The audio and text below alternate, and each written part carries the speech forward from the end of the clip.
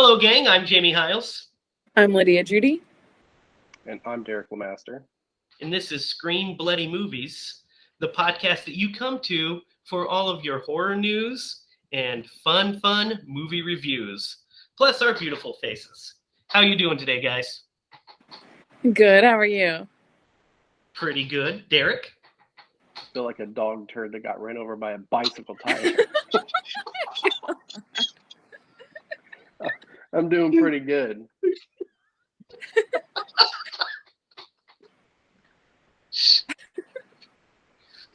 As good as you'll ever be, I guess.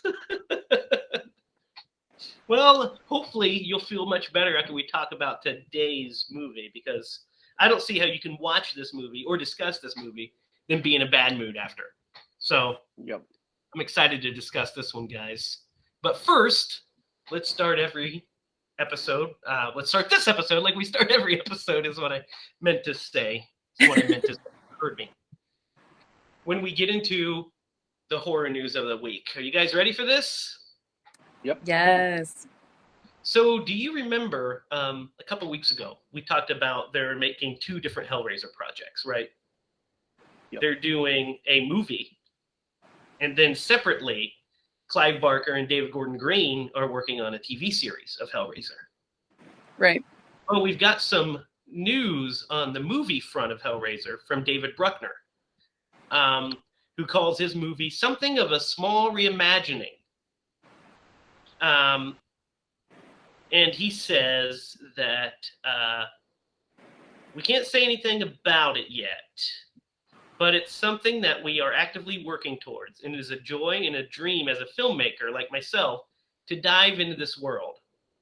All I'll say is we are aiming to be as true as we can to the original material, The Hellbound Heart. But then it is something of a small reimagining. So the rumors are so far that Pinhead in this version is going to be gender swapped to a woman. So what are your guys' thoughts on there, first of all, being two competing Hellraiser movies or projects, and what about this reimagining with the gender swap? Lydia? Well, I think he can only be played by a man. I'm just kidding. I actually share that sentiment. I think that that's a hard one, man. I think a man plays that part better. That sounds terrible, but I mean it's kind of a very evil part. I don't know. I was just kidding. Yeah, you sexist piece of trash. I'm not trying to be sexist, but I just don't know that. I'm sure that they'll do a great job either way they go. But I don't have a problem with the Hell Priest character being a female at all. I have a problem maybe with Pinhead being not even a different gender, but I have a problem with just Pinhead being played by any other actor but, Doug Bradley. I mean, it's just every other actor that's come in to play Pinhead, no offense to you guys, but you've been pretty bad. You've also been in some really shit movies like Hellraiser Revelations, which is one of the biggest pieces of junk that's ever walked. But what do you guys think about the fact that there are these two, do you think that's going to be confusing? Well, first off, you definitely more eloquently stated what I was thinking. So your perspective on that is exactly what I was thinking. His specific character, I think, would be bad, but a Hell Priest female, would definitely work. So thank you for that. You're welcome. That's what I strive to do. As far as the competing properties, I don't know, man. I if they're somehow intertwined, right? Like an offshoot of one another, and maybe they cross over at some point. I think that's probably a really great idea because it's world building, but there's not just that one specific unit per se. So it could work. It just depends on which direction they decide to take, in my opinion. Yeah, so I think the best way to think about it is that it's not a remake of Hellraiser. It's a readaptation of The Hellbound Heart, which is the best way that that's how we tried to look at Pet Sematary. We failed, but that's how we tried to look at it, was a readaptation. That's how we will approach the new It movies, because they are readaptations of King's novel, as opposed to a remake of that miniseries. So that's important to remember, I feel like. And secondly, I'm kind of more rooting for the TV series, because the pilot's going to be directed by David Gordon Green, and has episodes directed by Michael Dougherty, and who of course did Trick or Treat and Krampus and Godzilla King of the Monsters, and it's written by Mark Verhaven. So I mean, it just feels like it's kind of got the cards on its side. Plus, with episodic TV, there's more you can do. Mm-hmm. And moving on, guys, did you know that they know what you did last summer? Because, and I Know What You Did Last Summer TV series is premiering on Amazon on October 15th. Oh man, and you're not making that news up, I assume. Nope, real news. Oh man, wish you were. Yeah, I'm gonna tell you right now, it's gonna suck. The cynical version of you is something. Lydia, what's your thoughts on this idea? It's gonna be a TV series. So here's the synopsis for it. 1 year after the fatal car accident that haunted their graduation night, a group of teenagers find themselves bound together by a dark secret and stalked by a brutal killer. As they try to find and piece together who's after them, they reveal the dark side of their seemingly perfect town in themselves. So, what do you think, Lydia? I don't know. I'm kind of picturing like what they did with the Scream TV series, and I didn't watch that, so I don't really have much to go on. But it's probably not going to be awesome. Probably not. It's for Amazon. It comes out in October. That's crazy. First 4 episodes will be released in October, and new episodes available each subsequent Friday.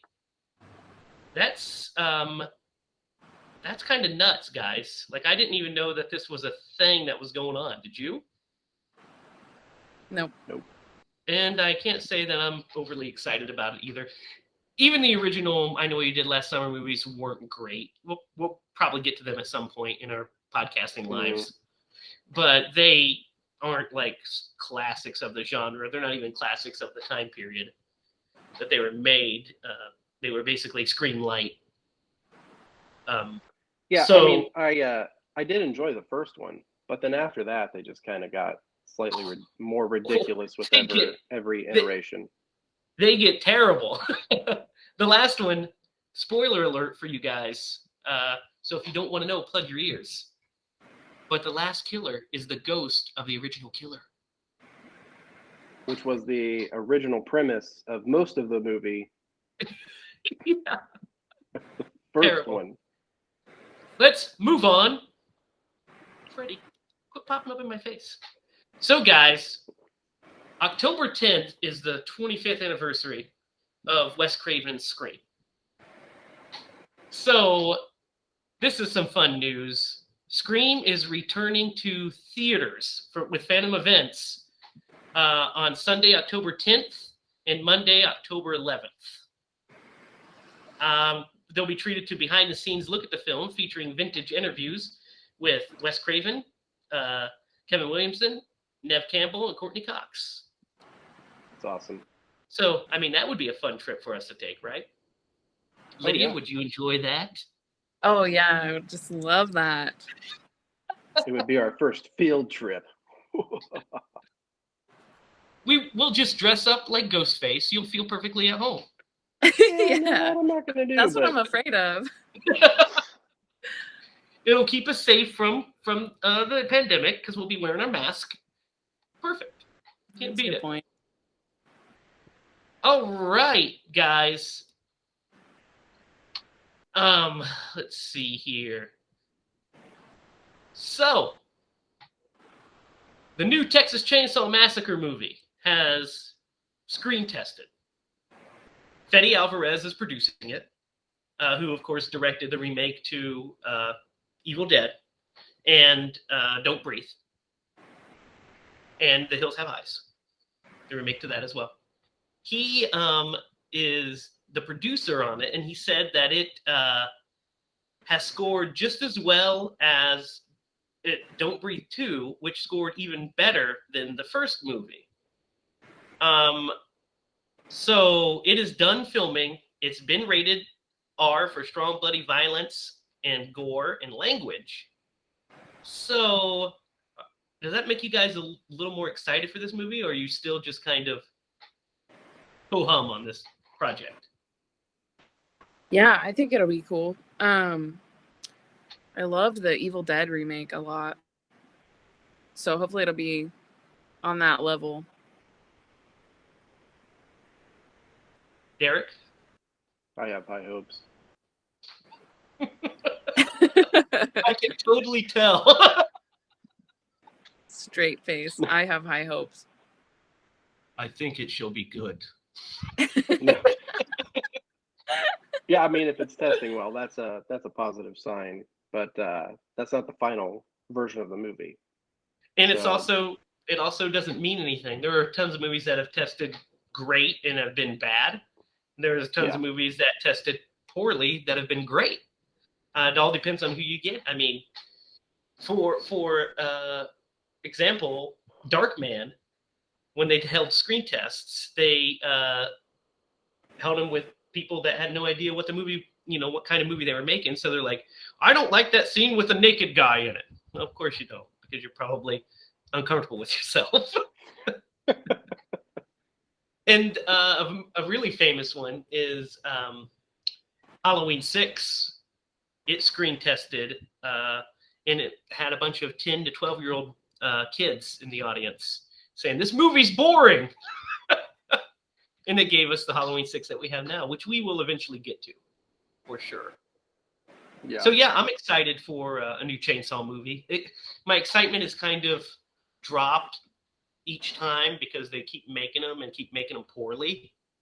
Mm-hmm. Like Texas Chainsaw 3D, I was not a fan of, and I really didn't like Leatherface, the newest one. So it's like, I mean, I didn't think it was. What's the line? Do your thing, cuz. Yeah. Yes. That was so weird. I really weird. like. I was watching that. I watched that in theater, and like, I was in it. Like, I was okay with it until that line. I was like, what the hell did she just say? I didn't watch it in the theaters, but I remember it started. The intro happened. I was like, oh, this is Bill Moseley. This is okay. This is pretty cool, blah, blah.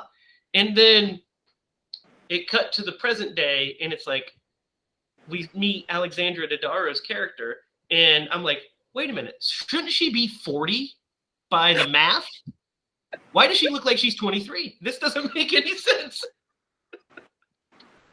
Then I was out of the movie at that point. I was like, because then I tried to justify it, like, well, maybe it's the 90s. And then a cop shows up with an iPhone. I was like, nope, definitely not the 90s. Never mind. Now, guys, we have one little more piece of news before we get to business. Did you guys hear that they cast Morticia and Gomez for the new Addams Family deal? Oh my God, did they really? They did. Now, this is animated, remember, right? Okay. This is animated. Just tell me.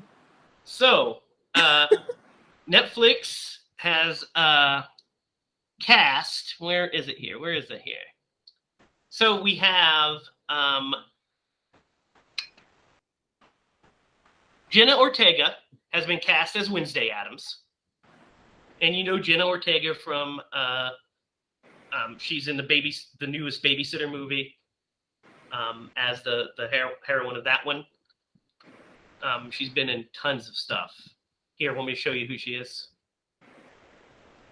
It doesn't matter because it's just her voice, but that's this way you know who she is. All right, can you guys see all that? Yep. Okay, so there's Jenna Ortega, right? So she's cast as that. Now, guys, here's where it gets crazy. So you know who's playing Morticia? Who? Catherine Zeta-Jones. Is Antonio Banderas going to be? Yes, Catherine Zeta-Jones is cast as Morticia. Now, guys, here's the best. I really just want to keep you in suspense for this because I'm going to share my screen and to show you who they cast as Gomez. You're going to fucking love it. You ready? Okay. So, they cast as Gomez in the new Addams Family's movie. That's right. No Louise way. Guzman. What? Well, these are Gomez. animated, so okay. But that's still like a left field casting. What do you Oh guys my think of gosh. these casting choices? I don't know. I don't know if I'm. Go ahead, Lydia. Yeah, I don't know if I'm ever gonna be happy with who gets cast as them because I just love the original so much. But in the movie, in the '90s movies, so that was like a perfect cast, really. I agree. So like I don't know if this one is gonna top that. Yep, Yeah. I agree. But What do you think of this cast, Derek? It is a hodgepodge of characters. I hope they have a lot of fun. Not that they'll be in the same room as each other, so maybe they won't have a lot of fun. But yeah, I mean, it's going to be interesting. It's animated, and that's a good thing, I guess, in this case.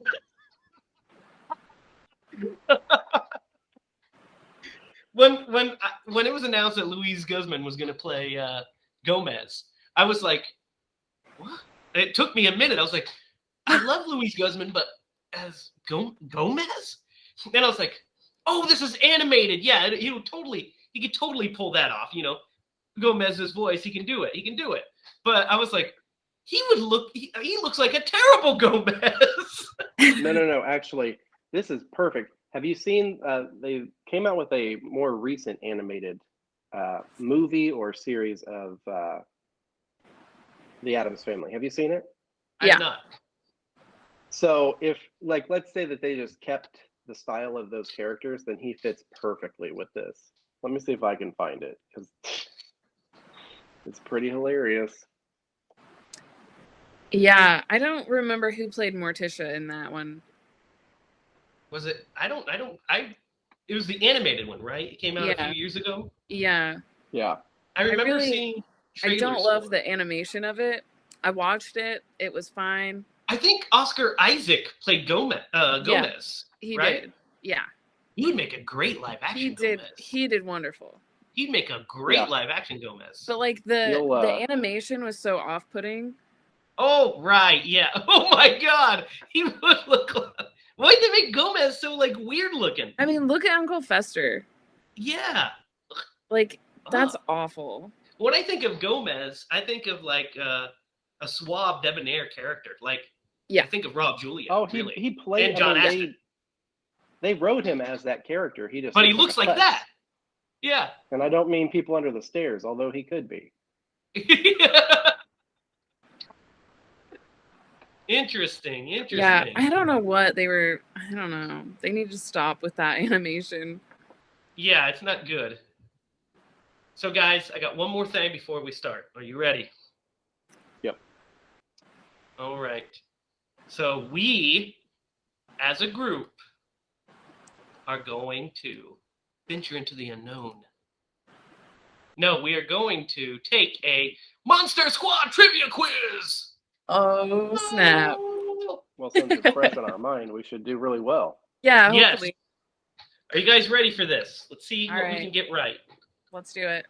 Sean and Patrick are in the principal's office. Patrick confesses that Sean and other kids call Mrs. Carlson a name. What do they call her? Cat lady, meow meow, meow mix, or kitty cat? I Ooh. think it's cat lady. That is correct. Kitty cat would be from Wedding Crashers, correct? Kitty cat. Come on, kitty cat. EJ is the school bully who picks on Fat Kid. Jason Harvey, who plays EJ, is also known for what popular 80s TV show? Growing So it'd Pain, be Hogan's Heroes, Small Wonder, or Wonder Years? Lydia. I have no idea. It's Wonder Years. It is Wonder Years. You're right. I was born in the 90s. That's true. We That's we fair. be old. But the Wonder Years, it's a classic. It is a great one. Same. Sean's little sister Phoebe really wants to be in the Monster Club. She tells Sean he has to let her in. Otherwise, their mom will say it's prescription, degradation, discrimination, or elimination. Prescription. That is correct. Let's see. I think it's correct. I mean, it's not telling me really. I think we'll find out at the end. I'm pretty Well, sure it was. Through most of the movie, Sean's t-shirt has something written on it. What does it say? Come on, guys. Does it say They Live, Monsters Forever, Stephen King Rules, It's or Freddy Krueger Stephen King rules. Stephen King rules. Stephen King, that's cool. I want that shirt. I almost bought one so I could wear it for this episode. Ah. Sean's mother buys him a present from a garage sale. What is the gift? A cool t-shirt, a diary, monster book, movie poster. A diary. It is B. The movie centers around a magical stone. It can be used for good or evil. What's the stone called? Amulet, armulet, arcelet, abulet. That is a weird question. It is Pretty a weird sure it's question. amulet, right, guys? It is amulet, yeah. I don't want to just blurt these out to give Lydia a chance. Sean, What a strange thing. that is a weird one. Sean, Patrick, Fat Kid, and Eugene ask Rudy monster questions as a test for him to join the club. Which one is not a question? Is Frankenstein the name of the monster or the guy? What are the 2 ways to kill a vampire? How do you kill a mummy? How do you kill a werewolf? It is C. How do you kill a mummy? Which we find out and we'll talk about here in a little bit. There's Figure an that old one out on his man own.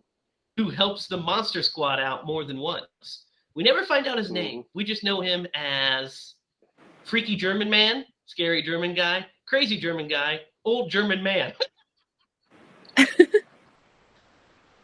It's B. Scary German guy. Not Old that these German are man. lettered, but I know what you're saying. Fat Kid really likes Scary German Guy. As a matter of fact, he likes him so much as he says, Scary German Guy's badass, Bitchin'. awesome, bitchin', or really cool. Which one is it, guys? Bitchin'. Bitchin'. Listen, bitch. There are 5 different monsters in the film. Which one is not in the movie? Werewolf, mummy, vampire, or zombie? that's Zombie. technically incorrect. There are Technically. zombies at the beginning. That is I would true. assume that they are zombies. Well, I think they're actually like ghouls. Yeah, but they're, the reanimated dead. As in any Anyway. good movie, there's a cute dog. The dog belongs to Eugene and helps the guys out. What's the cute guy's name? Buddy, Pete, Rocky, or Buck? Pete. Rocky, isn't it? Is it Pete? Hi. Pretty sure it's Pete. Pete. Let's go with Pete. go with I don't remember. Yeah. So we'll find out. It's The mummy Pete. has walked off all by himself. How old is that mummy? Ooh, 2,000, 3,000, 4,000, or 5,000 years old. I think they said 2000. You're probably right. What do you think, Lydia? Yeah? It would have to be 2,000. I mean, that would make more sense. That'd be in the... Actually, it would BC make era. more sense if he was 5,000. Because that was Well- around the Egyptian time period. 2000 would... Anyway, that doesn't matter. I'm pretty sure it's 2000. Wait. Well, 2000 would put him around BC. So, yeah, I think that's right. In 1980, it put him in like 85 BC. Oh, look, at that big scary monster. Poor Eugene is not sleeping in his parents' bed. It's too bad because in his closet is Swamp creature, werewolf, mummy, or Frankenstein? Mummy. Let's see.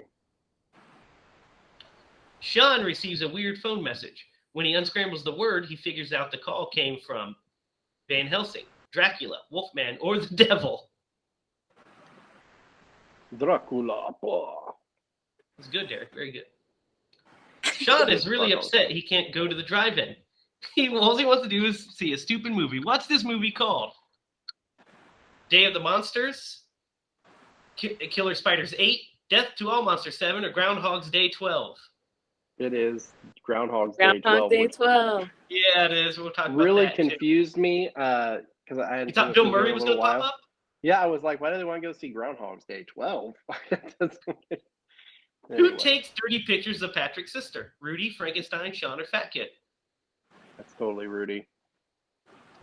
Actually, Frankenstein. It is Frankenstein takes one. Yes. Yeah. When Eugene is with Pete at the swamp, a monster shows up. What does he tell the others has happened to him? Swamp man scare me. Creature stole my Twinkie. Monster almost got me. Bad guy over there. Me. Creature stole my Twinkie. That is correct. What a great line. It is. Someone warns Sean's dad about Dracula coming after his son. Who calls to warn him? Frankenstein, Detective Sapir, werewolf, or scary German guy? Werewolf. Their wolf. Their castle. Sean, Patrick, Eugene, and Fat Kid are in the old house on Shadowbrook Road. They narrowly escape Dracula. It is a good thing they had this on hand. Volleyball, pizza, cheeseburger, wooden steak. It's B. That is correct. Ah. Look out, Wolfman is after Fat Kid. I don't know why I read that all weird. It sounded like I was telling Wolfman to look out, Wolfman. Look out. Wolfman is after Fat Kid. Sean gives Fat Kid good advice, and Fat Kid doesn't believe him. As it turns out, Sean is right that what, guys? Wolfman has nards. Look out, Wolfman. Look out, Wolfman. Eugene writes for help because monsters are coming. Who does he write to? The Army, National Guard, the police, the Marines. The Army? The Army, right? I think it's some Army, yeah. Fat Kid shoots and kills a swamp creature. EJ is so impressed he congratulates Fat Kid by telling him good job. Fat Kid answers back with what? My name's not Fat Kid. It's Horace. He says, my name is Horace. That is what he says, Lydia. Correct. Well, looks like we ended that quiz. I think we got all those right. it just broke on me, so we're just going to say it was right. What we'll also do is we will edit that to be at the end of the episode, since we're going to go through these beats now at the beginning of the episode. That sound good? Sounds good. All right, guys, are you ready to get started on the Monster Squad? Do it. Ready. All right. So, the opening scene of the Monster Squad, we are back in time, and we get to see 100 years ago. 100 years. 100 years. We get to see Van Helsing and all of his buddies trying to stop Dracula and the army of evil, right? And it sets the tone of fun for this movie. We see of the Virgin reading from the book, and the portal appears, and everybody's getting sucked into the portal. What do you guys think of this opening scene? It's pretty wild. A lot of flashing lights. Yeah, so I was a little confused because I've only seen this movie like once or twice, and I was just like, what is happening at this beginning here? But you start to figure it out as it goes on. That's true. And I forgot to ask us about that. So you've seen this before, Lydia. Just hasn't been a lot and not for a while. Yeah, I've probably seen it like twice. Oh, okay. Derek, you grew up with this movie. I did grow up with this movie. And I was a little go ahead. No, go ahead. I was a little disappointed in the opening scene. I liked the like setup. I really did set the tone. I liked it going back in time. They open up that awesome portal.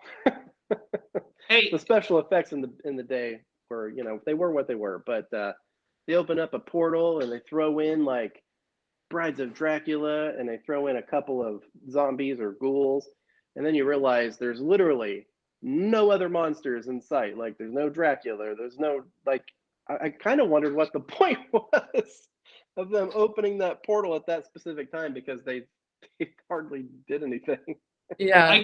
I guess it was because they were originally going to take everybody there, but they weren't, or whatever reason. They attacked the castle is what I'm guessing. They're storming the castle. Yeah. But what it does set up, is the MacGuffin. Sets up our MacGuffin. It sets up a ritual that is used with the MacGuffin, and it sets up that there was a squad that fought these people 100 years ago. So basically, what it's setting up is that there needs to be a group of people to fight the monsters off in the modern day, if we're to make it. And it just happens to be a group of 12-year-old boys. I wish that they would have had like a throwaway monster, right? I mean, they did have the Brides of Dracula, I guess, but I just felt like it was a little bit of a wasted scene because there weren't any big bads there. There were more or less like the minions. Well, I think it had to be because they only had rights to certain monsters, and they could not made one up. Well, I guess, like but I mean, the point of it is to be, you know, it's a tribute to those classic monsters. So it has to be those classic monsters, and you don't want to license them just to, you know, throw them into a portal at the beginning, I guess. Well, no, and that's a fair point. But I would have had some sort of like, I mean, even if you made a monster up, like, you know, it would have had a little bit more of an impact for me. It just felt like more of a, like, we came, we saw, and we lost our best guy, because I think Van Helsing actually gets sucked into the portal. Yes, he does. We find out later. So does but the it's Virgin, by the way. The Virgin gets sucked into that thing too. Yes, she definitely does. So then we girl. fast forward to 100 years later, present day, 1985, and we meet two of our protagonists. We meet. Oh, sorry, I just drew a blank on everything that I was saying. We meet Sean and Eugene, right? So we meet in the opening scene, and they're talking to the principal, and the principal is telling them about basically they're not paying attention in science class, and they're drawing pictures of things, and it's like this picture of a weird giant spider person. And the principal says one of my favorite things of all time when he talks about, I remember when I was a kid. Look, I get it. I'm a cool dude. Yeah. Yeah. And well, and then he at some point he was like, "Oh, what's cooler than science?" Very prescient. Well, these kids, pretty much everything. Yeah, what's pretty that? much. Yeah, I said that's prescient in these days. See, they could have had a giant spider at the beginning of that. Would you need to get off the opening scene? It would have worked. We're past it. Lydia, what do you think of this introduction to our characters? Yeah, I liked it. I think the kids are so cute. I don't know. Like, I was like, oh, these kids are great together. Like, they look like real kids in a principal's office. And, like, the teachers just being weird, saying cool things like, science is cool. I dig it, man. That's it. I dig it, man. And it's like, yeah, they look at each other like, what is he doing right now? So it's pretty adorable. It is. And the kids let's talk about the kids for a minute. They have great chemistry. Yeah. All the kids in this movie, there's not a bad actor in this group. Like, in some of these movies, you have the one that's like, but even Phoebe is very good for being as young as she is. I love Phoebe so much. She does such a great job for being as young as she is. She is so sweet. She is very sweet. So from there, they move forward and they end up running into, or they're talking to each other in the hall, And they talk about how the principal might be a homo. And the first 5 minutes is a little rough because they talk about that. Then Fat Kid runs into EJ in the bully, and he calls him the F slur about 4 times in this scene. Granted, it was the 1980s, a different time. Would never fly today. But as I was watching, I was like, ooh, eek. What are you guys' thoughts on that? Yeah, I feel the same way. It's definitely not okay, but like when you're watching a movie that is that old, like it's kind of, you just kind of take it and like you're like, okay, well we've, gotten a little bit better about how we speak to people now. Maybe not, I mean, kids are brutal. They say mean things to other kids, and he got what, I think they set him up saying that so that he could, get a taste of his own medicine in the end of like, he stomps his Snickers bar into the ground and Rudy comes along and saves the day and makes him pick it up and eat it. And you're just like, yeah, you deserve that fully. Derek, the F word before we move on to Rudy.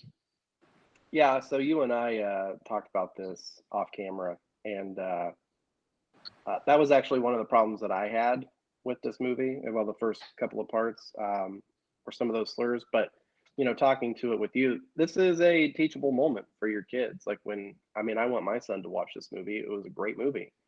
It was really enjoyable. It takes me back to my childhood. So like those moments when they come up, I think you at least have to acknowledge like, hey, that's not how, you talk to people. That's a bad word, and kind of, explain that to them. But yeah, everything Lydia said was awesome. Yeah, I agree. And also, speaking of what you said, Lydia, we are introduced to Rudy next. And can I just say, besides Sean, Rudy is the coolest of all time. Yeah. How cool was when Rudy? He came on screen, all I wanted to say was, hey! The introduction to Rudy is wonderful because we get that. We get the close-up of his bike and then his foot as he lights the match. Then he brings it up and he lights a cigarette, and you're like, oh, this guy's awesome. Like, I just already know he's awesome. Yeah, the fact that he's on the good team, like, he's on the good side. Yeah, it's interesting. In a lot of movies, there'd be the scene where he picks on him, or he's just kind of aloof and by himself, and then eventually the gang lures him over to, join their club, which they kind of have him join the club, but Rudy doesn't need persuaded to join the good side. He's already there. Yeah. He's already he's already a good guy. Yeah. So he sees this going on and he's like, so you're messing with my friend Horace. He's not even like, leave that fat kid alone. He literally says, I see you're giving my friend Horace a hard time.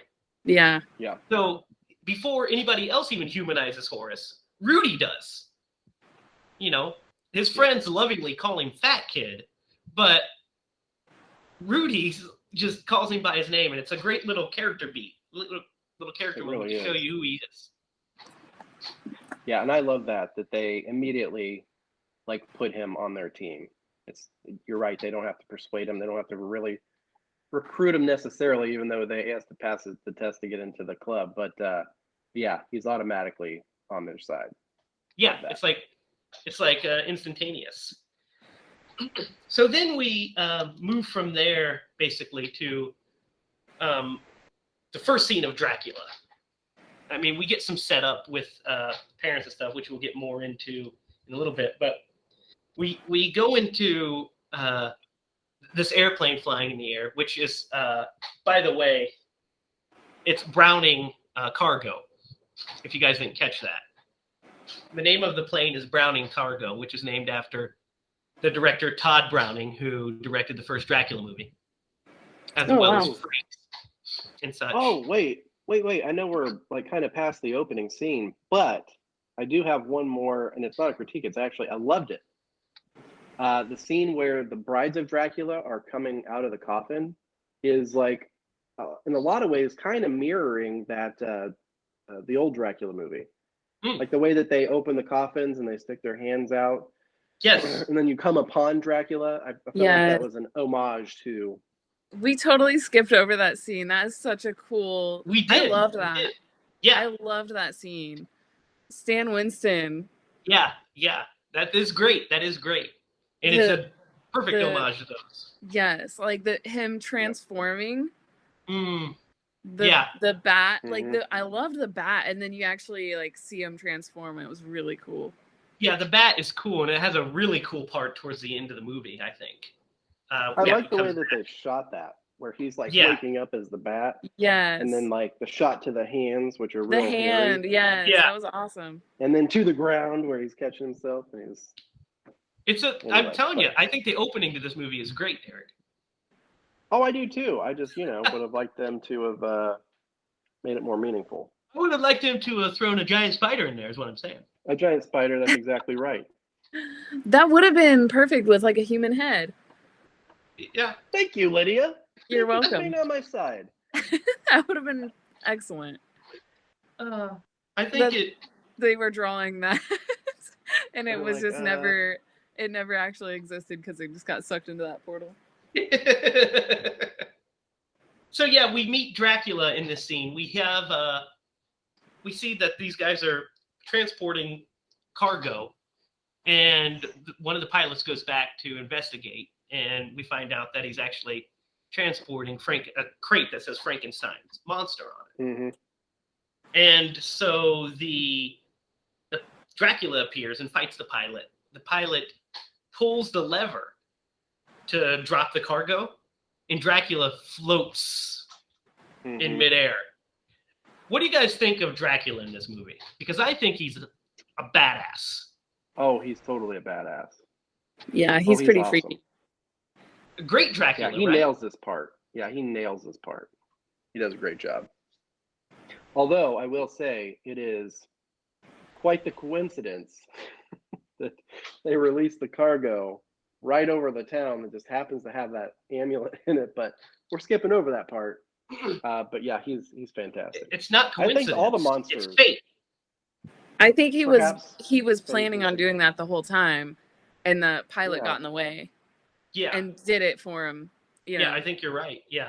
Wearing a Dracula shirt also, by the way. Oh, yeah, you are. Nice. Here's a nice one. I wish I had a Dracula shirt. Stupid, regular black shirt that I'm wearing.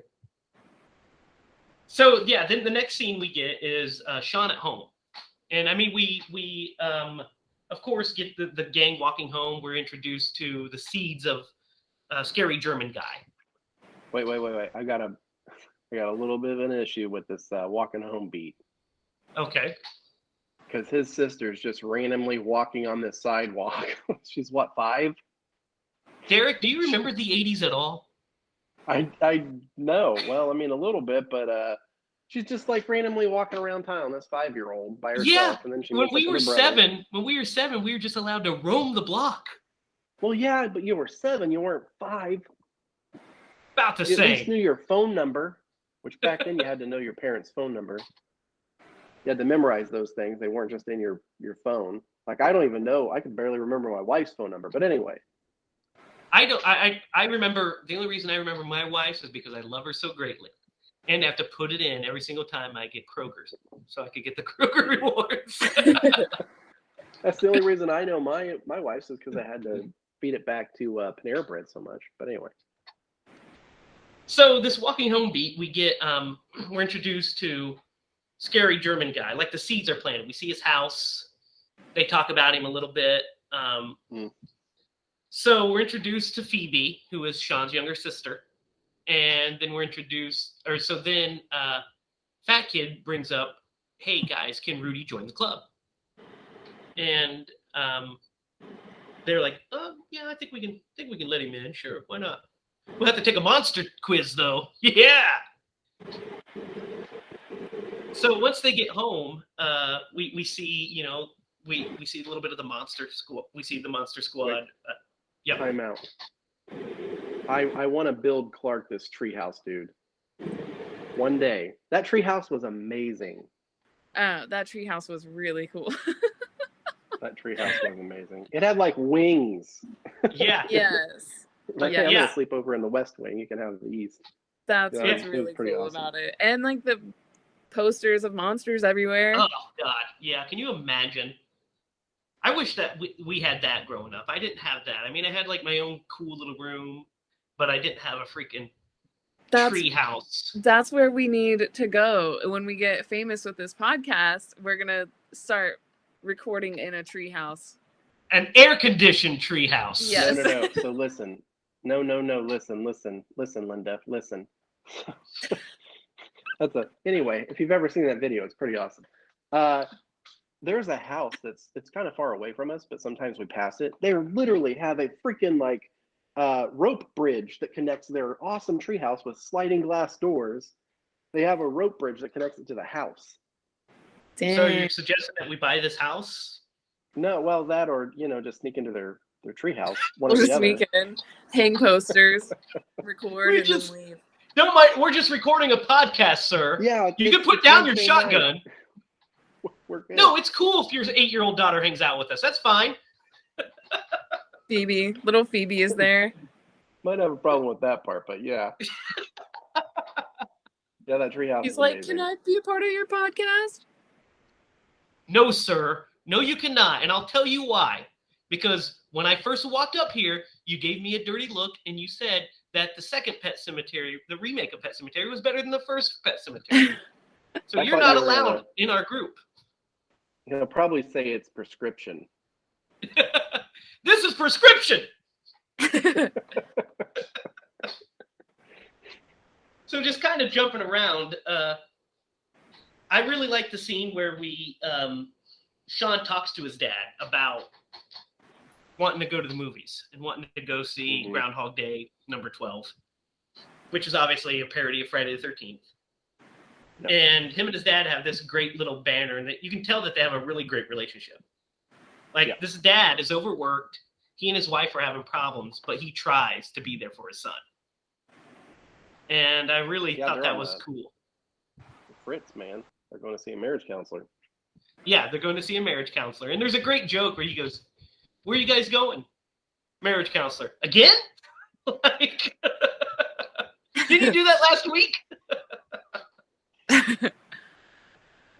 What's really cool is the end of this beat, because of course he gets called out because of, well, the stuff that we're about to talk about.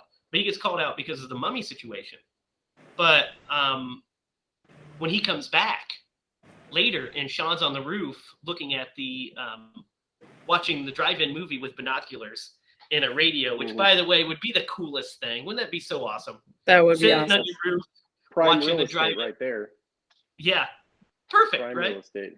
Yeah, especially if you just get yourself like one of those like stands, binocular stands. So then you just kind of sit in there and watch it and have your radio on. Good to go. But that when his dad comes up and finishes watching the movie with him, brings him food. It's a great little beat. Like I really, you can really tell that this guy, their marriage is having trouble, but they do love each other, and he definitely loves his kids, which is good to see. But enough of that. See, and go ahead. Well, he's a police officer, right? Mm-hmm. Yes. And you see why their marriage is why they're doing that, because they're, that's just a hard job to have. It is. I mean, especially since it looks like he's working like the late shift. Yeah. Every night he's working nights. He's just never there. Yeah, he's never there because crime doesn't stop in this town of Monster Squadville. Where the hell do they live? Do you guys know that? I don't know. We're gonna say it's Derry, Maine. That's what every Stephen King story takes place in Maine, so this takes place there as well. But what's really great is we get our first scene of the Wolfman around this time, and he's being held in the police station, and he's telling them, lock me up, because if you don't lock me up, it's a full moon tonight, I'm going to turn into the werewolf. And they're just like, nah, man, you're crazy, right? So he flips out, beats a bunch of them up, fires the gun, and says, lock me up, and he gets shot. Of course, he comes back, right? Because as we found out in the monster scene, of course, what do we find out? There's only one way to kill a werewolf. only one way, and Rudy got it right. There's only one way to kill a werewolf. Mm-hmm. By the way, Silver bullet. if you look up this guy's name in the like the credits Uh-huh. on IMDb, he's listed as Desperate Man, which I thought was hilarious. Oh, He is desperate. He's desperate He to not be is. a werewolf. I love him. Yeah, Yeah, he's He really never good. The really- actor that plays him is really good. yeah, Does a great job. You do feel his desperation. You feel like the good in this guy, that he doesn't want to turn into this monster, but he tragically has to. You know. Well, I mean, Yeah. not to jump all the way to the end, but I mean, he thanks Rudy Yes. at the end for ending his. Yeah, he's freed of his curse. Freed of his curse. Yep. Then we're also introduced to the mummy, who has busted out of the museum, waddled his way out, and of course ends up in that place under wraps. And Good one. he ends up, of course, in Eugene's closet, which is very cute. Yeah. And he says, tells him about the monster and the dad. This dad, by the way, in that scene, what do you guys think of the dad in the monster scene? He has two sides: awesome dad and dickhead dad. Because at first he's playing along. He's like, "Oh, out, everybody out. Not you two, you get out of here." And then when he actually gets to the monster, he's like kind of mocking his kid, like, "There's no monsters in there." Yeah. What are you, an idiot? What's going on over here? Yeah. He's an Italian gangster in our version of it. Yeah. Well, Get out of here. What are you doing? They're everywhere. So, so of course, the detectives, Dell is Sean's dad's name. Dell is called off to find out what's going on here. He visits the museum and talks about the mummy, and he's starting to piece together that there's some weird stuff going on around here. Then we're introduced to one of my favorite scenes, where the monsters gather, right? Dracula gathers the monsters for the first time. And the first time we meet the creature, Gillman. He raises up Frankenstein's coffin, and they place it there, and Dracula pulls out these electrodes from his cane and attaches them to the monster. And then so awesome, he holds it up and it gets struck by lightning. It's just like, monster heaven. So two things about this. One, I love it. I love this scene. And that's really awesome the way that they bring him back. But two, like, how is Dracula like that hip with technology? Like, that would take some ingenuity to create a cane like that. Not really. Because I'm pretty sure those things were magnetized to clip to his neck. No, they clipped. They were just clips. They like stuck in place. It's magic. They're monsters. And he's a monster. And he's been around for hundreds of years. And he has a car. And he's been around for hundreds of years. He does have a car, which is apparently not transparent, but a ghost car, kind of. A ghost car, kind of, yeah. So, I love this scene, and I especially love when he wakes up Frankenstein, and he reaches for him, and Dracula reaches his hand down, and he and Dracula kind of freeze, looking at each other, and the look on Dracula's face is like this concerning look, and then we pan out to this beautiful shot of the monsters in the swamp. I'm like, that's perfect filmmaking. Well, I had to. I rewound it and turned the subtitles on so that I could understand what Frankie was saying. I'm going to call him Frankie. What he was saying, and he did call him Master, so he knew right away. Well, I mean, even Dracula referred to him as old friend, so there's a history there. Yeah, and that's what's really cool but he's not really his old friend. He is a servant, and that's what he discovers once he leaves, is that he was the servant. And then that's when we have our first Monster Squad meeting is coming up. So Sean finds out that the person that is inquiring about this book that his mom bought him, this diary, was a Mr. Alucard. Which we all know, Alucard backwards is what? Dracula. There's absolutely no way that any kid on this, well, I guess their, probability is 1 in a billion, who would like look at that name and be like, I'm going to spell it backwards. That's got to be a synonym for something. He doesn't even spell it backwards. He starts, jumbling the words, jumbling the letters up. Well, it's because he recognizes, there's 2 reasons, guys, 2 reasons. One, he recognizes that the name, it looks familiar. Like there's something about this name that looks familiar. So that's why he has to do it. Secondly, I would have seen Alucard and immediately known it was Dracula because I've watched Dracula movies. In Son of Dracula, that's the very beginning of the movie. Alucard, and he goes, D-R-A-C.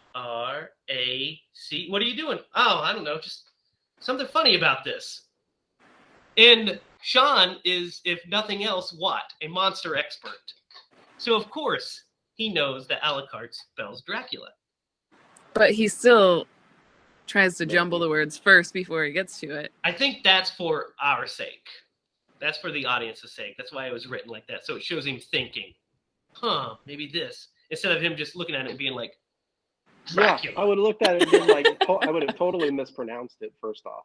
Well, yeah, you like, also wouldn't have known how it was spelled.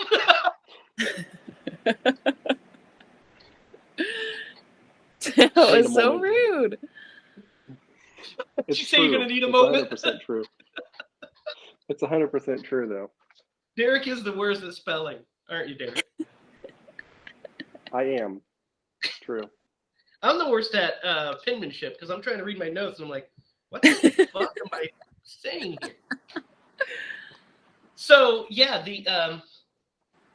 after he finds this out and he realizes that monsters are real, essentially, right? He's starting to figure out because of the werewolf shooting, the missing mummy, that monsters seem to be real.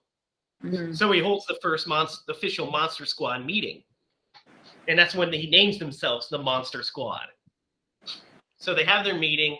They talk about how they've got to have this book translated.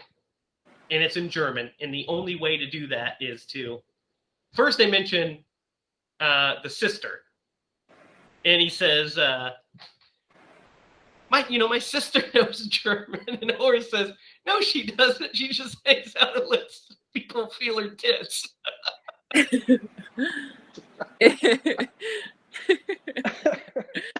She takes a German class. Yeah. And he's like, she doesn't know German. She doesn't speak German. She just hangs out and lets people grab her tits. This movie has some great liners in it, man. Yeah, it does. That's one of them. So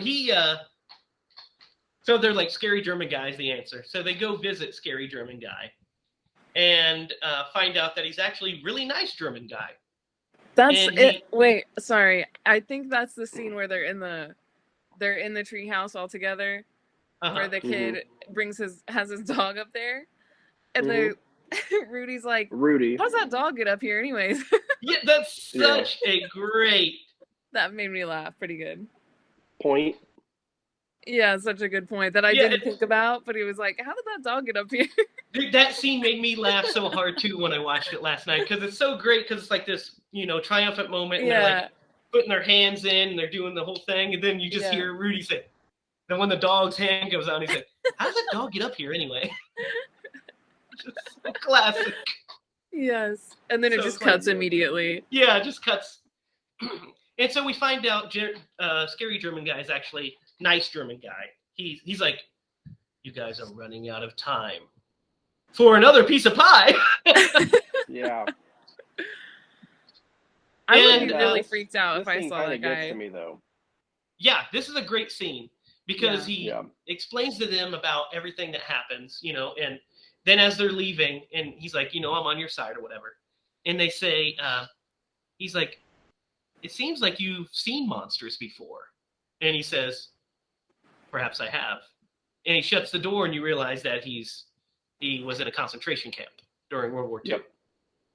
Yep. And it's It's very poignant. Oh, 100%, man. It got me Yeah. when that happened. He's like, oh, perhaps. Yeah. No, he says, what is he? He says, man, you know a lot about monsters. And he's like, yeah, now that you say that, I do. Yeah. Like, oh my God. Yeah, so great. I kind of want to go off on a tangent right now, but I'm going to stay focused. Yeah, Okay, we'll just get back to it. There's a lot we could say there. Yeah, I mean, it's a great poignant scene. It's very good, and it humanizes him immediately. Yeah. Yeah. And you see why he's kind of eccentric and keeps to himself. He's seen the worst that humanity has to offer. 100%.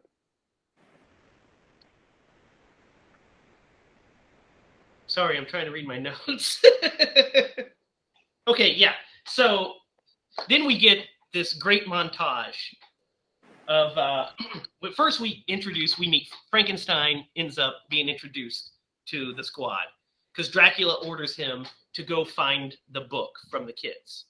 And he says, if they give you trouble, kill them. And Frankenstein immediately, you could see in his face, is like, I don't know about that. I don't like that. But he's like, yes, master. And he, of course, stumbles upon Phoebe, who's the nicest, sweetest girl. So he immediately falls in love and befriends Phoebe. And the scene when he's first introduced to the squad is hilarious. What are you guys' thoughts on this? Yeah, that was really funny. I just wanted to say that, like Derek was saying earlier, that it kind of mirrors the original Frankenstein too, like where he's standing there. I don't know. Are they by the water?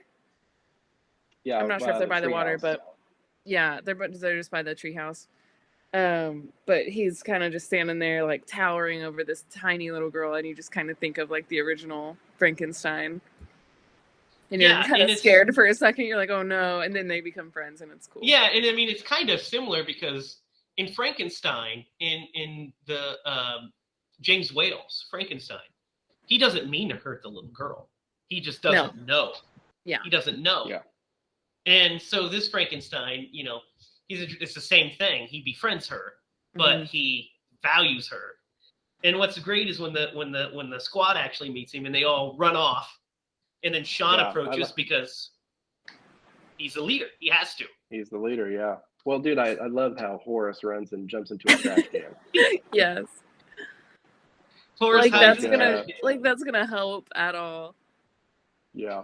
He's like, Sean, don't die, Sean. And he's like, hey, this guy's great, and pushes him, and Frankenstein like pushes him down.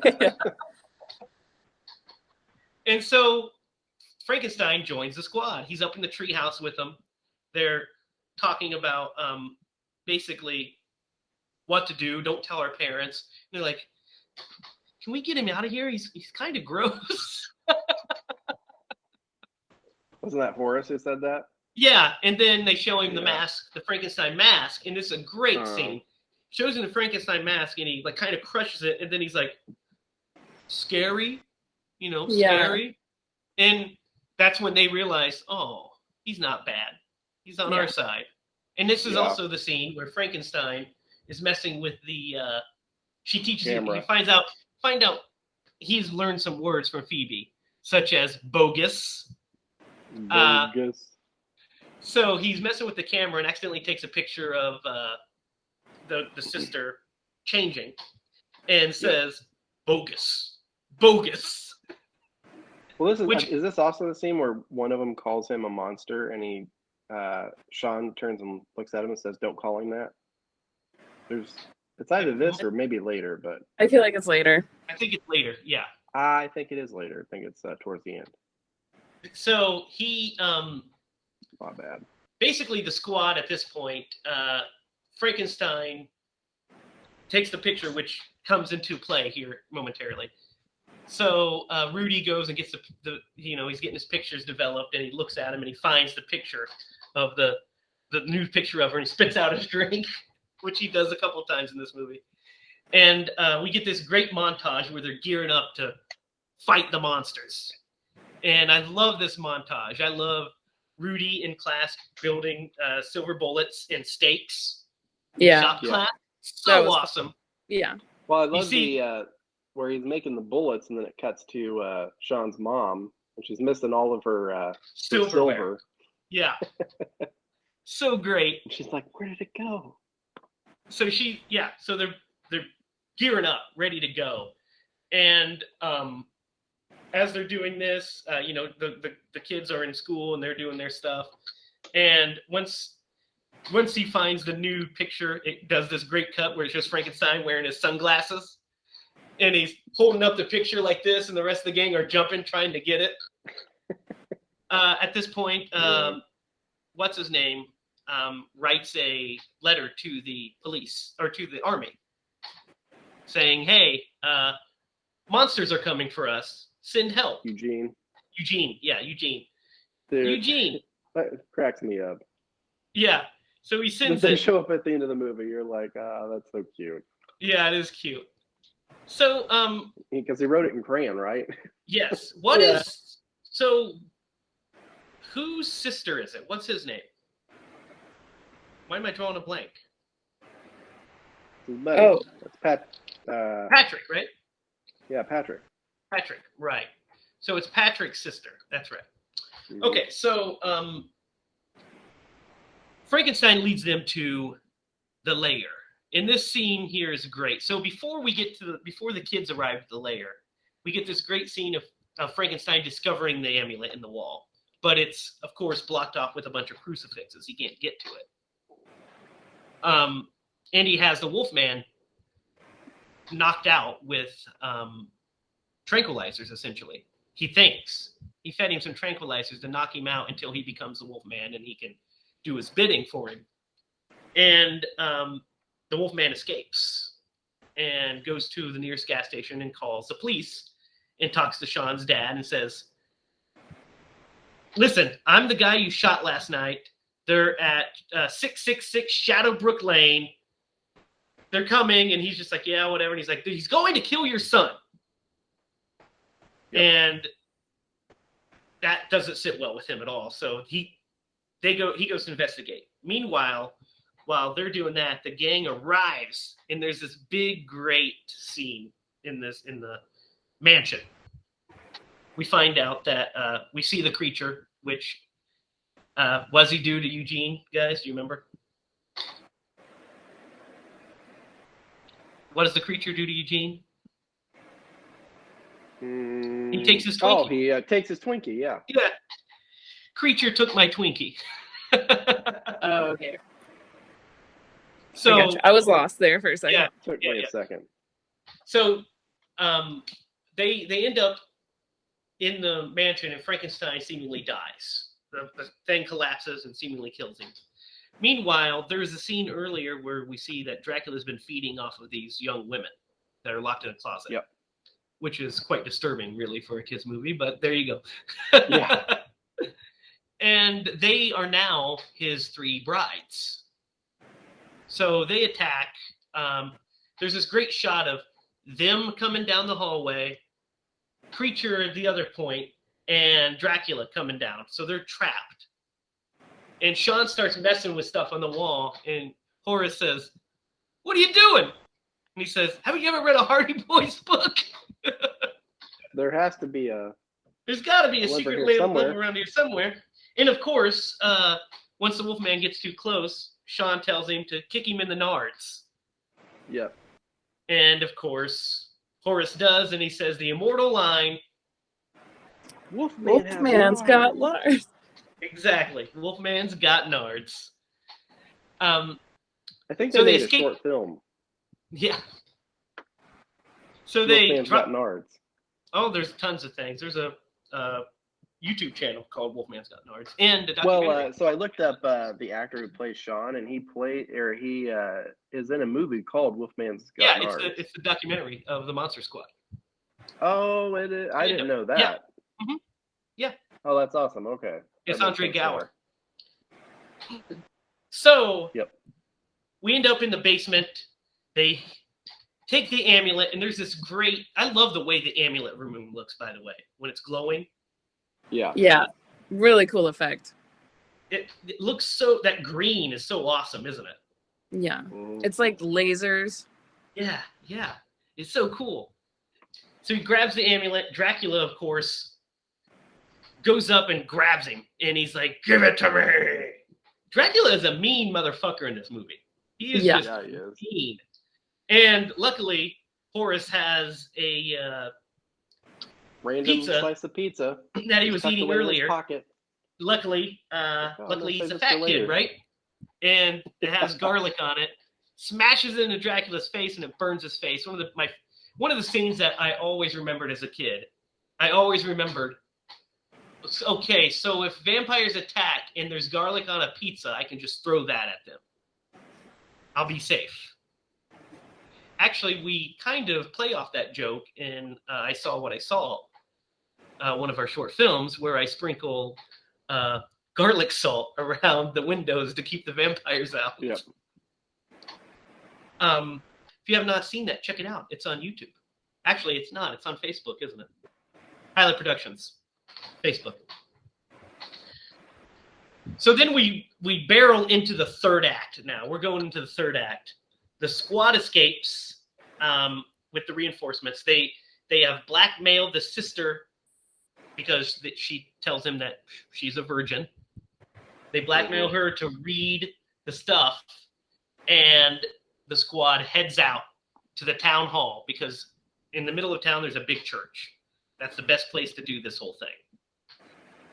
Meanwhile, the dad, Del, is driving that way, and that's when the ghost car happens that we talked about earlier. Yep. And he races. Dracula just straight up goes to Sean's house and wrecks into it. And then this motherfucker rolls up there with some dynamite and blows up the Monster Squad headquarters. Can you believe this shit?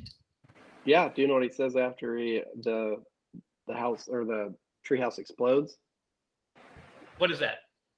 He goes, "Meeting adjourned." Son of a bitch. I know, what an a-hole. Yeah, just evil. This Dracula, I'm telling you, is mean. This is the meanest Dracula. Well, he Like, gets Wait till he gets meaner. to the Yeah, BB he scene, does. yeah. He puts Gary Oldman to shame. This Dracula. So, yeah. So then Del shows up, and Dracula lights another, which by the way is cool. He lights it with his eyes, and throws the grenade and blows up Dale's partner. So Dale's partner is gone. Poor bastard, just dynamite. Yeah. stuck. Yeah. Dude, I was Dynamite so happy blows when him he up. died. He was such an annoying character. He's a good policeman. Didn't you know he's a good policeman? Well, he was a good policeman, I guess. But That's what he was way says over the throughout the top. whole thing. When he died, I'm like, well, shit happens. But anyway, I was happy when he died. I thought he would just get out of the car. Yeah, I guess he didn't have enough time. Yeah, he just kind of sat there for a minute. You know what? Well, he had enough time to yell for his partner. In a kid's movie these days, that guy 100% would have gotten out of the car and been like a little blackened, and That's he would have true. escaped. Movies in the 80s had teeth, so he dies.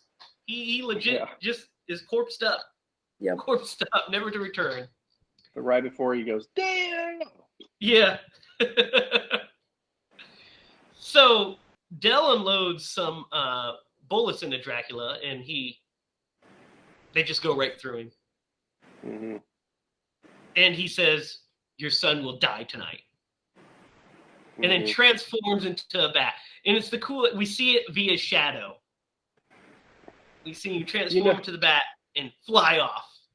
You know, they were like, man, we really got to cut one of these special effects. Well, I think the reason they did it actually was an homage to the old Dracula movies. That's how they used to do it.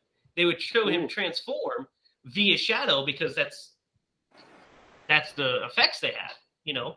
That's the easiest way. It leaves more to the imagination, and most importantly, for the 40s and 50s, you didn't have the technology to do it.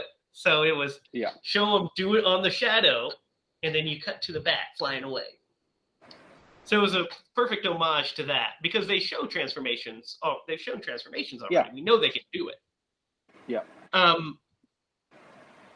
So then the big third act finale happens. Here we are, guys. We're in the middle of town square. The monsters are coming. They're being chased. By the way, we forgot to mention the death of the mummy. So as they're making their getaway, the mummy attacks them, jumps on the car. And this is one of my, like, just such a brilliant death, like such a great idea. It is. Rudy, who earlier in the movie stole bow and arrows, ties a piece of they tie it to the arrow. They tie a piece of the slack to the arrow, and Rudy shoots it into a tree. Of the mummy's wrapping. Yeah. And as the car drives by, it starts to unwrap the mummy. Yeah. Awesome. What do you guys think of that? Brilliant. Really cool. Yeah. Don't know how they did that, but they nailed it. Yeah, it's such a cool effect. I'm really sad that we didn't get to do that, but it was really awesome. It was a great improvisation on his behalf. Yeah. Be like, oh man, I'm gonna nail this guy to the tree and just watch him unravel. And then at the end, like whenever they go around the corner and all you see is his skull. Yeah, it's so great. Great. So I'm thinking his thought process is, well, I'll attach him to this tree and he'll stay. But instead, he starts to unravel, which works even better. It's like, oh, okay, we got rid of him. So there's one monster down. Guys, during this big throwdown in the town hall, like, Rudy just shows how much of the MVP he is. Like, Rudy is just too cool for school during this whole scene. He kills most of the monsters. He does.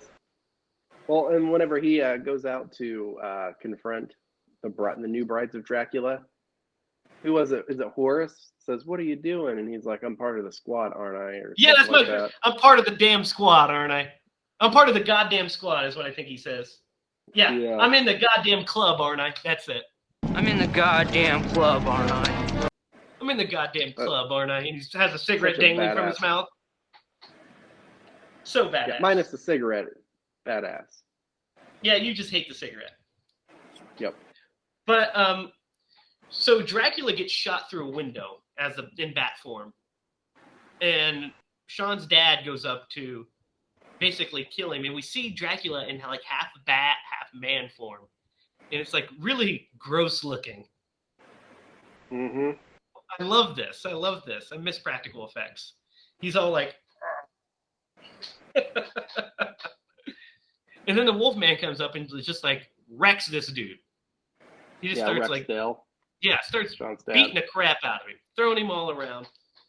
And then one of my favorite lines, Sean pops up behind him with the baseball bat and says, "Hey, asshole!" And he turns around and looks at him and he goes, "You looked."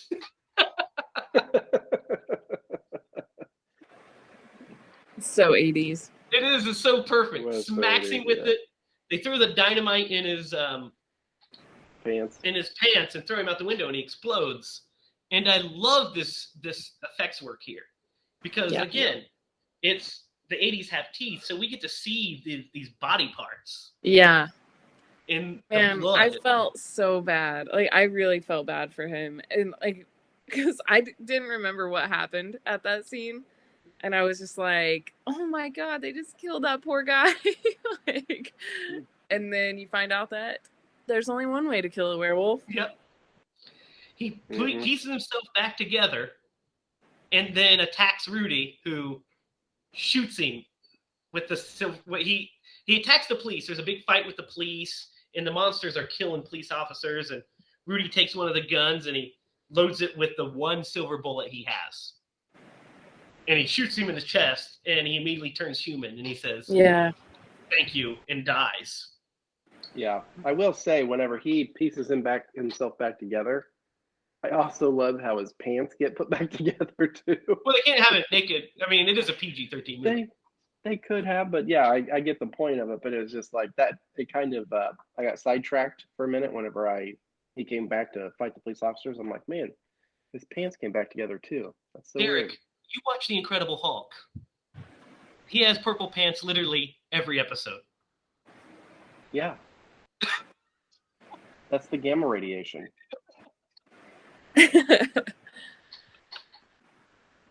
Anyway, that was a thing to note. But yeah, I love how he says thank you for releasing me from my curse, from my suffering. Yeah. And then we And also then he turns didn't mention- around. Rudy turns around and says, "Told you, only one way to kill a werewolf." And I was kind of like shocked that they put that line in there because he just like murdered a guy. Like, Well, he he murdered shot a werewolf who just happened to be a like, guy. But he did shoot I him when mean, he was a werewolf. He didn't but if kill him when he was a you- human. like, you shoot him as a werewolf and then he turned into a human and died in front of you, you would be like shaken up a little bit, I would think. I wouldn't if he tried to kill my friends. I'd be like, "Fuck you, guy." Yeah. Poor guy. I just felt Get so out bad. of here. Do you guys recognize him from anything else? He's in a bunch of stuff. Yeah. Yeah. I thought he was in realized Critters, but it was a different actor. I realized what I recognized him from that I used to watch all the time was Real Genius. Yes. Yes, he is in Real Genius. I used to watch that all the time. I love that movie. That's a good one. Val Kilmer. And he plays a really cool character. I think his name is Laszlo. Yeah. Which I just love that name. Real Genius is Oh funny. my God. That's a good one. He was Uncle Rico in Napoleon Dynamite. It is Uncle Rico, isn't it? Yep. Yeah. That's why. Yeah. Well, No you wonder see, he if could throw a pigskin a quarter mile. Yeah, that's what he threw Dell a quarter mile in that fight scene. Yeah. Maybe I That's could throw hilarious. Dell over those mountains.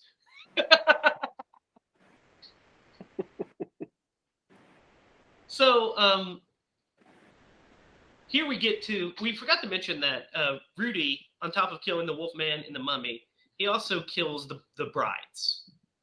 Like, the one bride he shoots with a stake, with the bow and arrow, and the second one he just straight up stabs. He puts it right through her.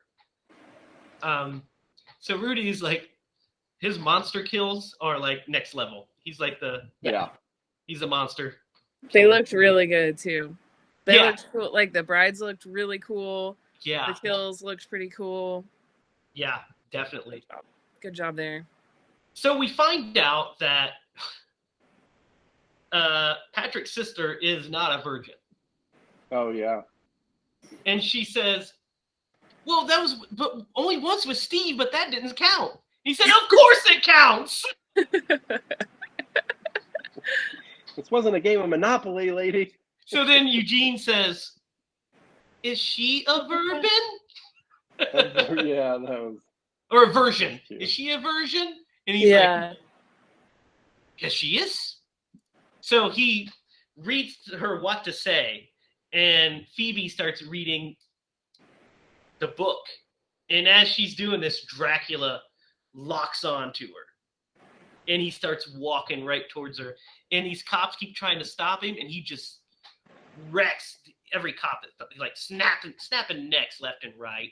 Just slapping them down, breaking their arms, snapping their necks, and just never, like, breaks focus of her. Just keeps walking. I'm like, this Dracula is the Terminator. He is terrifying. Yeah. He might be one of the most terrifying Draculas of all time.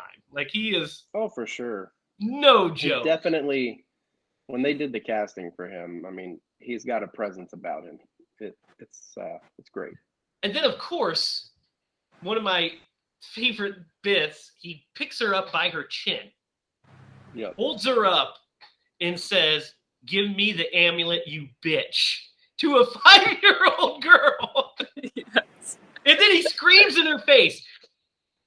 Like, why couldn't he just take it from her without insulting her like that? Because he's a mean, evil bastard. Yeah. But And that's his downfall. it is his downfall, because that gives us enough time for Frankenstein to come up and grab him by his bitch neck. And he says, bogus.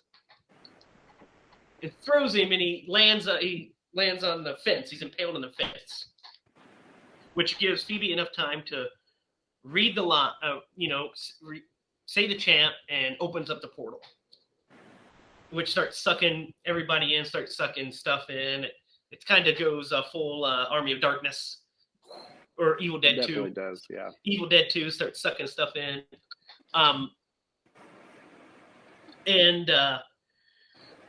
Dracula just is not having it.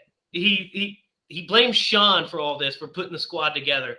So he jumps on Sean and says, "You will die," and tries to drag him into the portal with him, like some kind of evil bastard. And Sean stabs him with a stake, piece of fence, to escape. And then we find out Van Helsing is waiting in the portal and grabs him and pulls Dracula in with him. And as he's doing this, he gives him a thumbs up. Yeah. Like, cool, dude. Yeah, and so Sean gives it right back to him.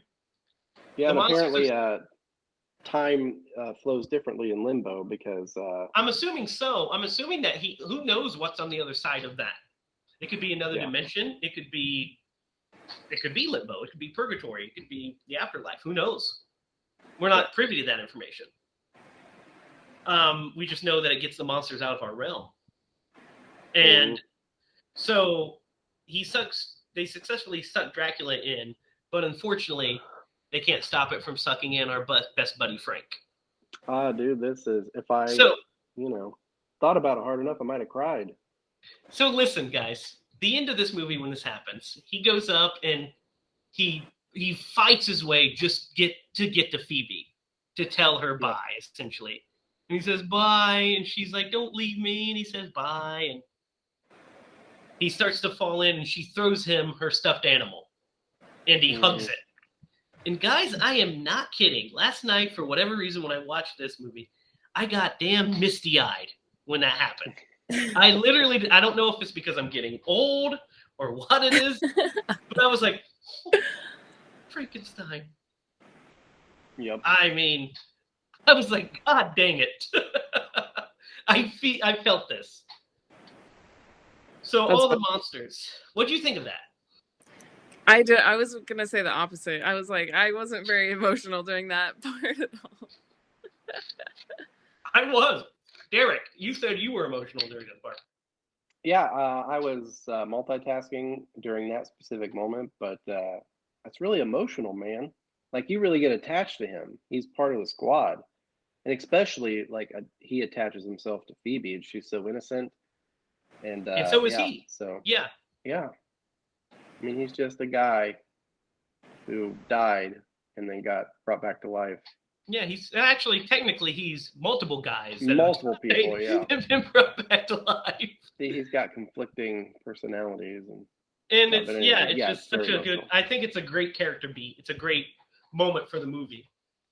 So once all the monsters are defeated, the army decides to show up because of Eugene's note.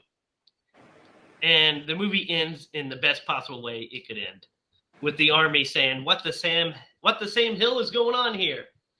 And can somebody tell me what the Sam Hill is going on here? And Sean says, a weekend, sir. And he hands him his card. Who are you? We're the Monster Squad. And then it starts playing the music, the Monster Squad theme, by the way. Yeah. Like all great movies of the 80s and early 90s ended with, which was a rap song. Yes.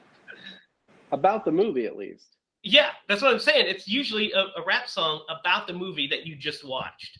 Like, that's what's so hilarious about it. Like, I can think of so many movies that ended with that, like, similarly. Like, think about, even Ace Ventura ends with a rap song about Ace Ventura. It was just that era. Yeah. That's it. Yeah. I mean, it's not a rap song, but Pet Sematary ends with the song about Pet Sematary.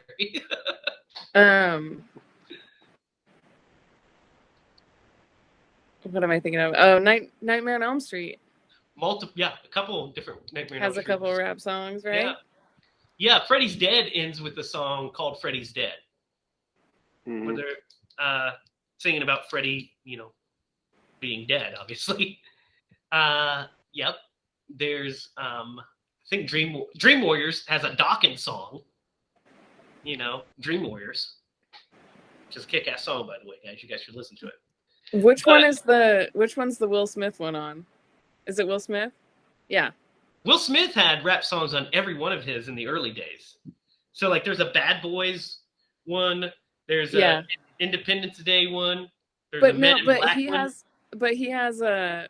It's not in a Freddy Elm movie, but Street. yes, it's not in a movie, but he Okay. does have a rap song called "Nightmare on My Street." Yes, I love Yes. that. The Fat Boys had a Freddy song called "Ready for Freddy," which was another Freddy Krueger rap. Freddy was real popular with rappers back in the 80s. I guess. Anyway, I back love to that Monster song. Squad. Sorry. So the movie ends on this big triumphant note. And what do you guys think of the ending of Monster Squad? Pretty good. It was good. I liked. It was kind of. I mean, the way that it was shot, it kind of felt like they did this scene last, and like the crew was just like, oh yeah, it's a wrap, and I mean they're all like going crazy and hugging each other and giving high fives and stuff like that. It's just like that's how I imagined that it happened. Such a triumphant ending, such a great, yeah. And I mean I love that. It's just such a cool, we're the Monster Squad. And it's well, like, the way he said it, man, he said it with such confidence. Of course he did, because Sean is we're the leader. Monster Squad. Yeah, he had a lot of confidence when he said that. So yeah, these kids were great. Also, of course, you guys know who played Frankenstein, right? Yeah. It's Tom Noonan, mm-hmm. who was the original Francis Dellerhyde in Michael Mann's Manhunter. And he's obviously in tons and tons and tons of stuff. Yeah. This movie was, of course, directed by Fred Dekker and written by he and Shane Black of Lethal Weapon fame. Actually, the same year that this came out, 1987, the first Lethal Weapon came out. It's pretty cool. They had a good year, those two. Interesting, yeah. I did check to see which movie came out first, this or The Goonies, because I feel like this movie is kind of like, if you were to take the Goonies, yeah, you were to take the Goonies, mix them with, the horror icons, and like an Indiana Jones plot, and you get the Monster Squad. It was great. I love this movie. Yeah. So, guys, you want to get into our pumpkin counts? Let's do it. Of this, Lydia, you start first this time. Let's see. I'm thinking this one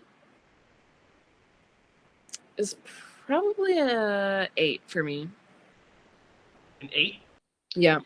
What's your favorite bits? My favorite bits? Yeah, like what makes you feel it's an 8? I just think like the whole thing, the whole general plot, the dialogue, the characters, the actors, all did amazing. Like there really isn't too much to hate about this movie. I think it's like a good family movie. Like you can watch it with anybody. And it's perfectly spooky with with your favorite monsters. Like who doesn't want to watch that? I took a point off for some derogatory comments, and yeah, I think I'm just gonna give it an 8 for that. It's good. Derek. I went with an 8 as well. High praise. I prejudged this, yeah.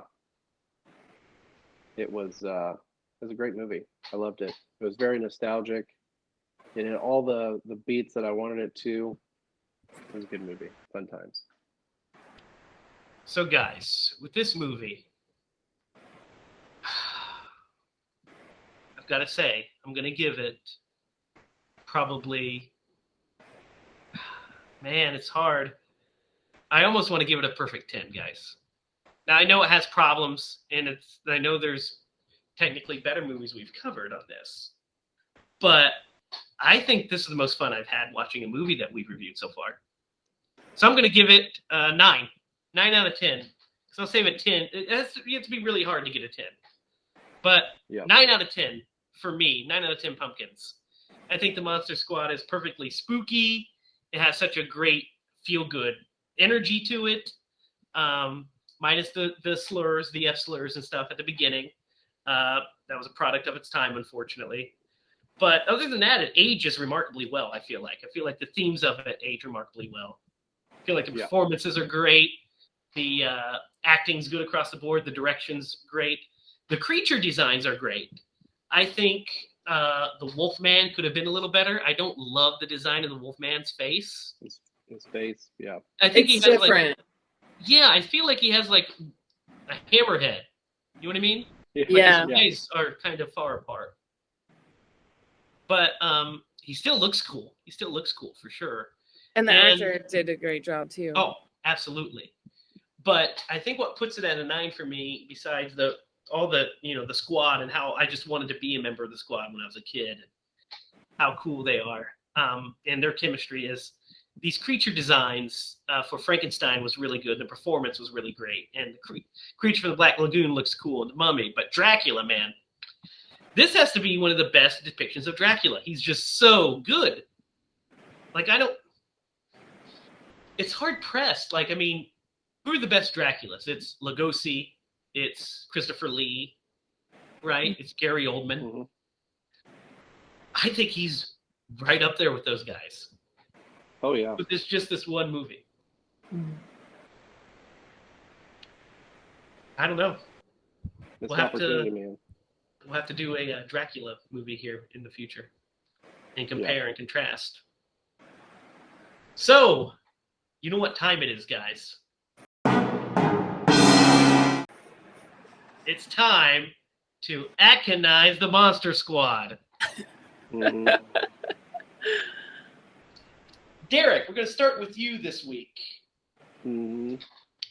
Who does Tom Atkins play in this version of the Monster Squad?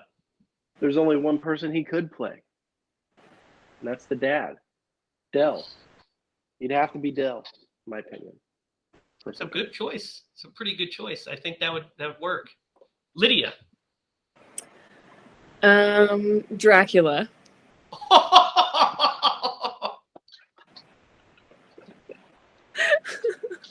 Can you imagine Tom Atkins as Dracula? Good Lord. I just want to hear him say the one line. Give me the amulet, you bitch.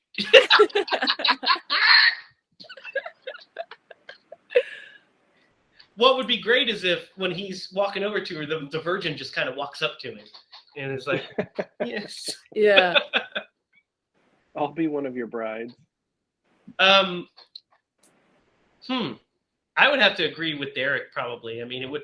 The other choice is he could play Rudy. Yeah. He could be Rudy. Oh my God. I mean, Rudy's already cool enough, and you would up Rudy's cool factor by 1,000,000 if it was Tom Atkins. But since I don't want to take him out of the movie because he did such a great job, and no offense to the dad, the guys that played Del did great too. But I mean, if I had a choice between him and Tom Atkins every day of the week and twice on Sunday. Yeah. Of course. So I've been thinking about it this whole podcast, guys, about what movie we're going to do next week. And I kept thinking about it, and then I thought I had it, and then I didn't. So then I kept thinking about it. Oh my gosh. Just tell us what it is. Okay. If you're going to get pushy about it, I'll tell you what it is. I think this week we are going to do Night of the Creeps. Mm-hmm. Night of the Creeps. And I'll tell you why. The Creeps. Because when I realized I had to Atkinize this movie, I was like, next week, if we did Night of the Creeps, we wouldn't really have to Atkinize it because he's already there. Nice. Okay. So, Night of the Creeps next week. So, stay tuned, folks, for next week's episode. Any final thoughts on Monster Squad, gang, or anything else you want to tell our dear listeners and viewers? Not everybody at once. You haven't watched this movie. You better. Follow us everywhere, and share this podcast with your friends who might enjoy it. Yes, and be sure to subscribe so that way we get those numbers up as well. Share it with your friends, share it with your enemies, share it with your neighbor, share it with the girl who you have a crush on. Well, maybe don't share it with her. Might be a bad first impression. Yeah. But share it with other people. Could you imagine if that's how somebody met? It was just like, oh, he Hey, introduced you know what? me to this podcast. We'll make a mixtape episode so that way you can send it to your crush. Are mixtapes still a thing? I don't know, but I've got a song on my phone, on my iTunes library that is like, if I were to make a mixtape, that's what it would be. And every time it comes on when I'm playing my music, Quincy gives me a look and she was like, "Oh, was this on your mixtape?" I'm like, no, I didn't make a mixtape. I'm cooler than that, but it would be. Just throwing it out there. I think it's a Brian McKnight song or something like that. Oh, of course it is. So yeah, share, subscribe, share with your friends, share with your grandma if she's into horror. If she's not, just have her click on it. It'll give us a view. It'll be fine. Make her an account on YouTube. Have her follow us Yeah. and like all of our videos. You can find us, of course, on YouTube. You can find us on Apple Podcasts. You can find us on Spotify. And you can find us on Facebook at Highlight Productions. Find us on Instagram at Scream Bloody Movies. So go to those places, click the links, and grow the audience. If you build it, they will come. That's Derek's favorite movie. Then Derek would know that the line is, he will come. Which is also lines in multiple adult films. Jamie.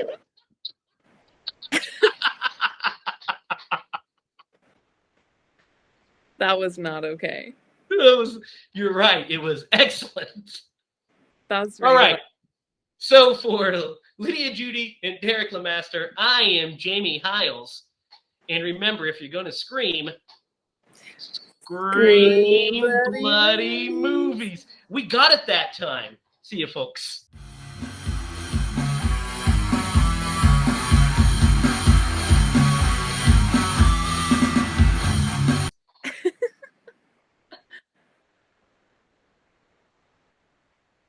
You're muted, Derek.